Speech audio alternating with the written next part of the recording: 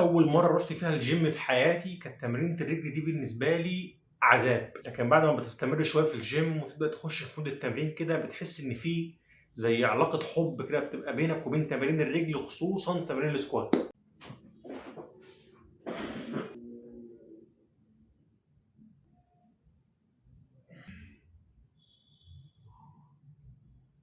السكوات طبعًا واحد من أقوى تمارين الرجل بلا منازع، ولو أنت هدفك إنك تزود القوة العضلية في عضلات رجليك، فأكيد السكوات ده جزء أساسي من التمرين بتاعك، بس كانت مشكلتي دايمًا مع السكوات لما كنت لسه بادئ التمرين هو وجع الركبة اللي بيظهر يا إما أول التمرين يا إما بعد ما باخلص تمرين. طبعًا ساعتها خبرتي في التمرين كانت محدودة وما كانش لسه عندي خلفية عن العلاج الطبيعي ولا كان لسه عندي خلفية عن الإصابات، فكنت باخش على اليوتيوب واخش على جوجل وابدأ أدوّر واشوف إيه الأسباب والناس بتتكلم في إيه، فكنت بالاقي اللي بيتكلم في إن التكنيك بتاعك مش مضبوط أو إن أنت رجليك لازم تبقى 7 ولازم تبقى 11 ولازم تبقى باصة هنا ولازم تبقى باصة هنا. أنا إن شاء الله في الفيديو ده هاقول لك على 4 خطوات أساسية أنا شخصيًا مشيت عليهم عشان أقدر أتخلص من وجع الركبة ده. أهم حاجة ما تنساش من اللايك والسبسكرايب والشير ويالّا بينا نبدأ.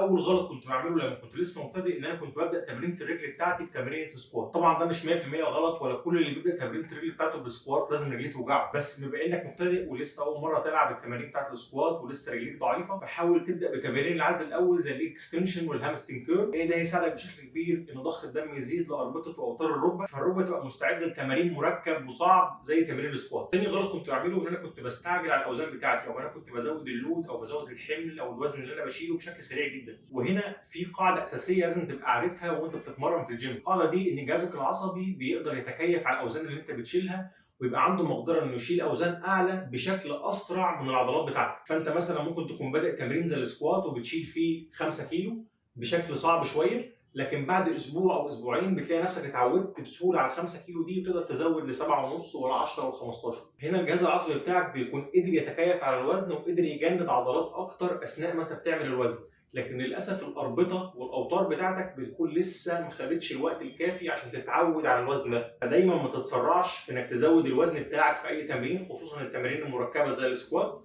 وحاول تهتم اكتر بالتكنيك وشكل الاداء بتاعك اكتر من الوزن. في طرق كتيره جدا ممكن تستخدمها عشان تزود صعوبه التمرين غير انك تزود الوزن، زي انك مثلا تلعب بتيمبو بطيء شويه او تقلل من وقت الراحات بين المجموعات بتاعتك. طرق زي كده تخليك تاخد وقت مناسب وتخلي الاربطه والعضلات بتاعتك يبقى ليها الوقت المناسب انها قدرت تتكيف على الوزن اللي انت بتلعب بيه، وبعد كده تقدر تزود بامان من غير ما يبقى في اي مشاكل على الركبه بتاعتك او الاوتار بتاعتك. ثالث سبب وده اخطر سبب واللي اغلب المبتدئين بيقعوا فيه هو الفوليوم او الحجم التدريبي بتاعك. انت بتخش الجيم بتبقى مش فاهم تعمل ايه، فبتحاول تلعب اكبر عدد مجاميع باكبر عدد عدات من غير ما تبقى حاسب الحجم التدريبي اللي المفروض تلعبه يكون مناسب ليك ومناسب لجسمك، فبتلاقي نفسك وانت لسه مبتدئ لاعب مثلا حوالي 30 او 40 مجموعه على رجلين بس، وده طبعا بيحط حمل كبير جدا على الاربطه وعلى الاوتار وعلى ركبتك، وطبيعي الحمل ده لما الجسم ما بيقدرش يتكيف عليه بيبدا يظهر في صوره وجع. فخليك دايما عارف انك كده كده مش محتاج اكتر من 10 ل 20 مجموعه لكل مجموعه عضليه في جسمك عشان تحس النتيجه وتحس الفرق، ولو انت لسه مبتدئ فممكن 10 مجموعات واقل من 10 مجموعات كمان على مدار الاسبوع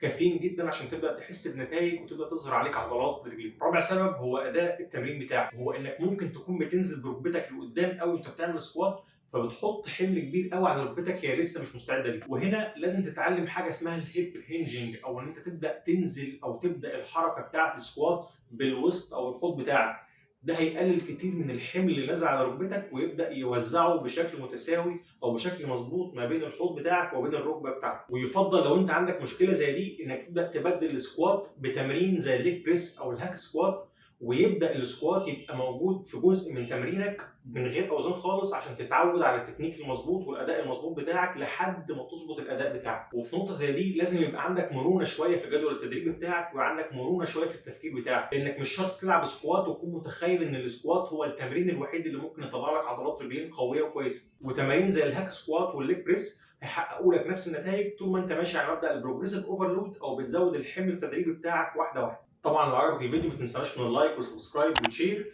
ونشوفك ان شاء الله على خير في الفيديو الجاي.